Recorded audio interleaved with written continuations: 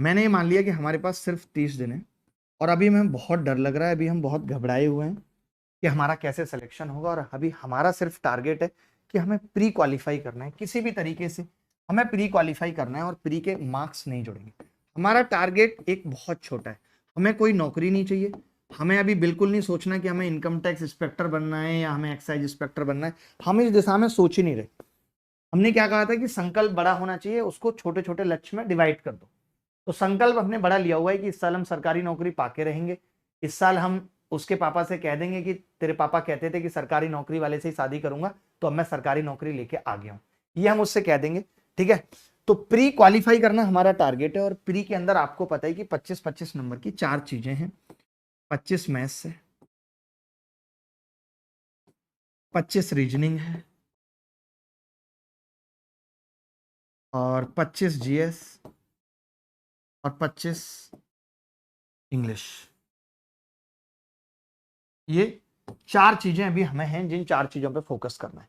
और मैं भी ये करके चल रहा हूं या आपके लिए ऐसा कुछ करके चल रहा हूं जहां पे मैं ये मान के चल रहा हूं कि मैं कोई भी बच्चा जो हमसे पढ़ रहा है वो कैसे भी करके 150 नंबर ले आए। ठीक है, 150 नंबर ले आए, ऐसा हम लास्ट के 1 महीने में क्या कर दें आपके लिए। तो मैं वो सब एक एक लाइन में बताता हूं।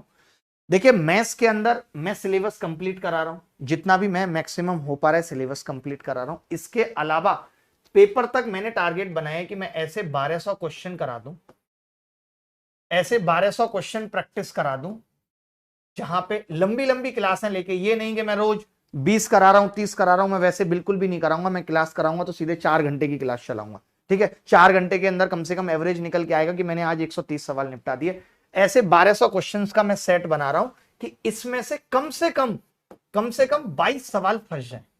ऐसे के ऐसे ही 22 सवाल फंस जाए। अगर किसी बच्चे ने गणित का सिलेबस कंप्लीट नहीं भी किया है तो भी इसमें से 22 सवाल फंस जाए।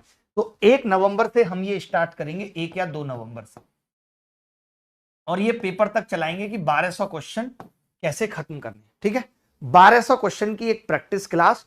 और मैं बहुत ध्यान से और समझ के ये कंटेंट बना रहा हूं, इसीलिए मैंने अभी तक अनाउंस नहीं किया था कि पहले कंटेंट बन जाए फिर हम बात करेंगे कि हम रोज के 2-2 घंटे में कम से कम 70 80 90 100 सवाल तक उसको लेकर जाएं। ठीक है, टेलीग्राम में नहीं शेयर किया था क्या, सेशन कर दिया? ठीक है, ठीक है भाई, इतना मैं करने वाला हूं। ये तो बात हो गई मैथ्स की। अब आप सोच रहे हो कि यार जीएस का क्या करें, बहुत सारे बच्चे जीएस को लेकर परेशान हैं। तो मैं आपके लिए जीएस का एक ऐसे समझ लीजिए कि रामबाण लेकर आया हूं। रामबाण, मैंने टीचर्स को भी, आप जानते हैं कि ये फोकस रह रहा है कि कम से कम हम जो भी करें कि जीएस के अंदर में, हिस्ट्री में अगर मुझे लगता है कि पूरी जीएस के अंदर मैं कम से कम 900 से 1000 सवालों का पीडीएफ के साथ, 900 से 1000 सवाल पीडीएफ के साथ, और इनके जैसे आप जानते होंगे कि आप अगर मैं 900 सवाल की एक पीडीएफ दे दूं तो आप उससे वो 900 सवाल ही पढ़ पाएंगे।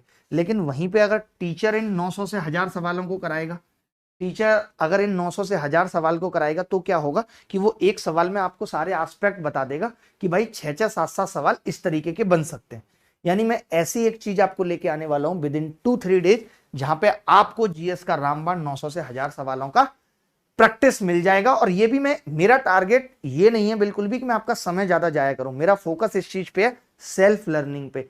आप खुद से कितना ज्यादा पढ़ सकते हैं, कि अगर आप कान में ईयरफोन लगा के भी पढ़ें तो 30 दिन के अंदर आप ये 1000 सवाल कर लें। और गारंटी इस बात की रहे कि इन 1000 सवालों में से कम 17-18 सवाल तो फंसे, नहीं तो बेकार है हमारा पढ़ाना। हम ये गारंटी ले रहे हैं सामने वाले से कि भैया अगर आप 17-18 सवाल फंसा पाओ तो ही बात करना, नहीं तो नहीं। तो इस गारंटी के साथ मैं आ रहा हूं। ये बात खत्म हो गई जीएस की।